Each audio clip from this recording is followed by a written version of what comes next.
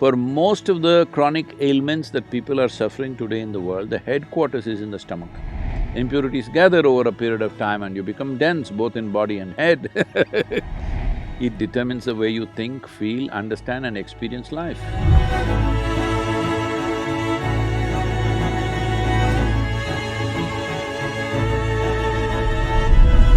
I'm curious actually, your perception on water fasting or fasting and taking prolonged periods of time. She went to food directly. Okay, fasting, not food, good. It's the opposite of food. It's time away from food and the benefits, if you believe there are any benefits from allowing ourselves to take a reset and to renegotiate our relationship with food. See, this happened in Los Angeles. A cardiac surgeon drove his… he was little fascinated with his Ford Mustang. That was his car and he was little excited about it and one day it started coughing a little bit. So he took it to the local mechanic and said, some problem, please fix it. He said, yeah, doc, come tomorrow morning, it'll be ready. The doctor, before going to work tomorrow morning, he went there, but it was not ready. So he said, okay, come in the evening, it'll be ready. He came in the evening, it was not ready. He said, what's the matter? You said morning, I came. You said evening, I came, what is the issue?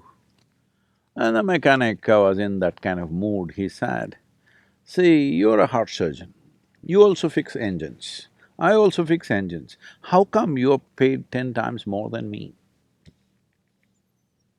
So the doctor looked at him and said, try to fix the engine when it's running, let me see. So human life and human body needs to be fixed when it's running, otherwise it's meaningless. All right, you're going to postmortem what's the point of that? We need to fix this body when it's running.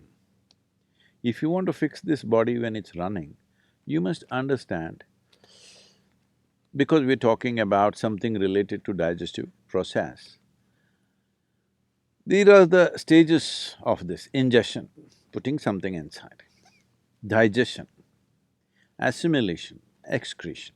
These are four dimensions of food and the whole process. Ingestion, digestion, assimilation, excretion. Ingestion is happening in today's world just about any time, wherever they are, sitting, standing, any time of the day or night, people just eat because there's so much food. It was not like this ever in the history of humanity. But unfortunately, fortunately there is a lot of food, unfortunately, people don't know when to eat, when not to eat. As there are cycles in time, see, we know time only by cycles. If the planet spins one like this, one spin, we say it's a day. Otherwise you wouldn't know. If the moon goes around, we say 1 month. If we go around the sun, then we say 1 year. So our idea of time is essentially cycles.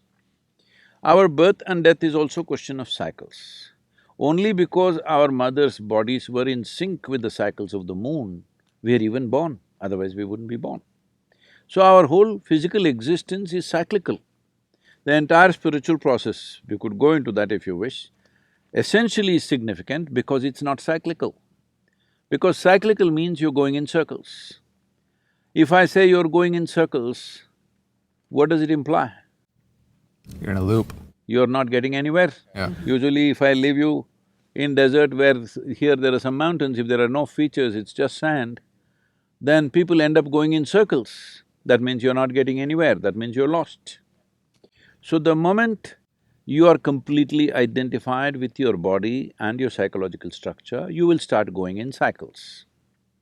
So in India, it's… in the yogic culture, it's very, very clear, this is called as samsara, that means cyclical life.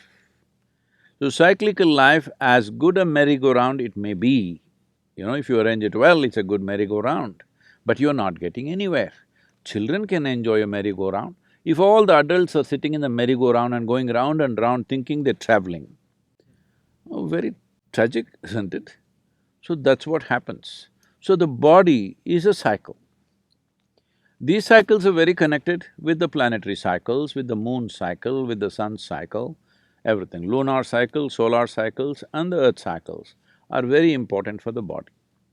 If one has the necessary awareness, they could observe on which day your body doesn't need food. Every other creature knows this. Unfortunately, human beings have forgotten because their thought process or their silly mind has superimposed every other sense they have in their system. If you observe your system, you will see on a particular day, you don't feel like eating. That day you should not eat.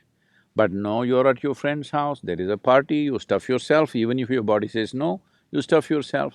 You see all the animals, even if you have a dog at home, on a certain day he refuses to eat, both dogs and cats. Have you noticed this? He will go and eat some blades of grass if it's available and puke and cleanses himself because he's conscious that ingestion is continuously happening, but digestion and excretion is not as efficient as ingestion. Ingestion is happening compulsively, but other parts need to work. Other dimensions of digestive process needs to work.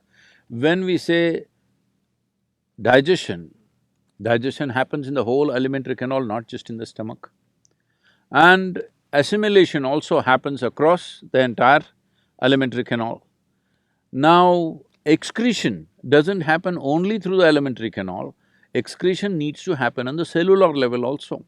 Impurities gather over a period of time and you become dense both in body and head. If you don't cleanse yourself, then it'll pile up over a period of time. We call this karma, because when it piles up, it determines the way you think, feel, understand and experience life. People may not realize this, but they will think, this is how I am, this is my nature. This is not your nature, this is the way you messed yourself, all right? So this cleansing process, one important thing is to give a break for ingestion. Because other systems are largely involuntary, you can stimulate them, but they're involuntary, they're functioning. Ingestion is a voluntary process, though unfortunately for most people it's become compulsive.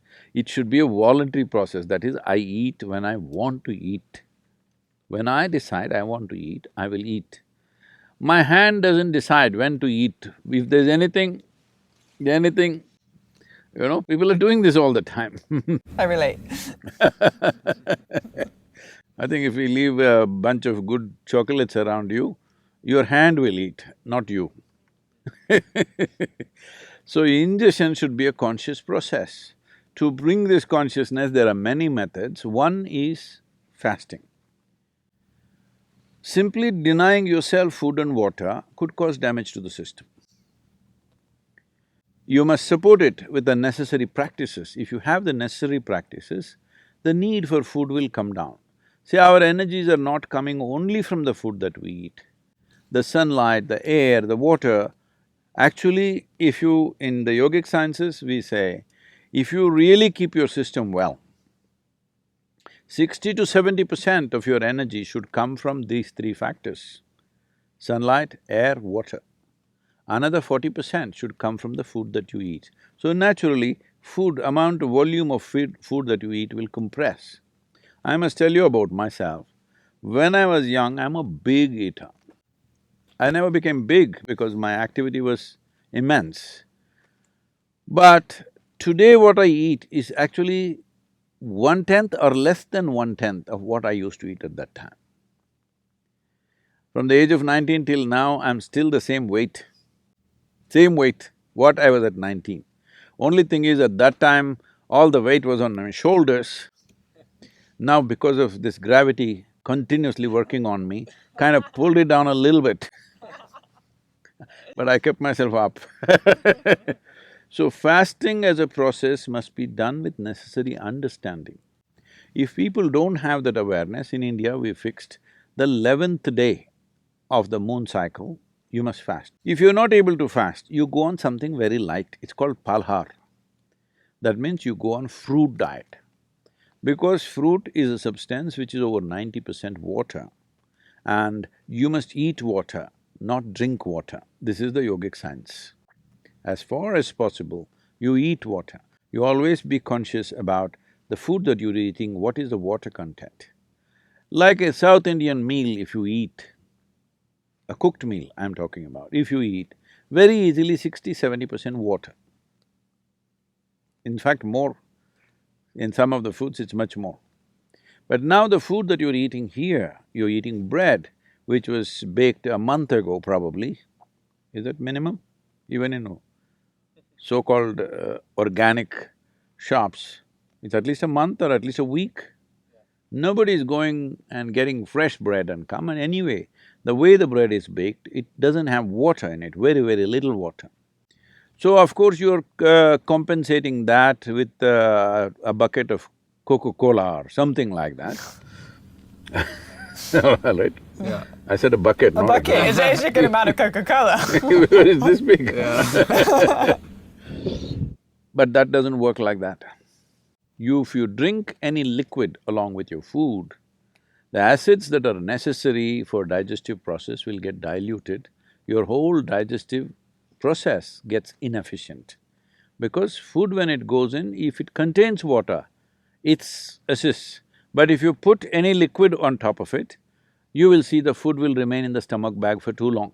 We are very concerned about this always in the yogic culture and life, that we don't want food to remain in our stomach bag for more than 2.5 hours maximum. In 2.5 hours' time, it doesn't matter what I've eaten, how much I've eaten, it must go into other parts. If it remains there, it makes you dull. It makes you lose your sense of perception.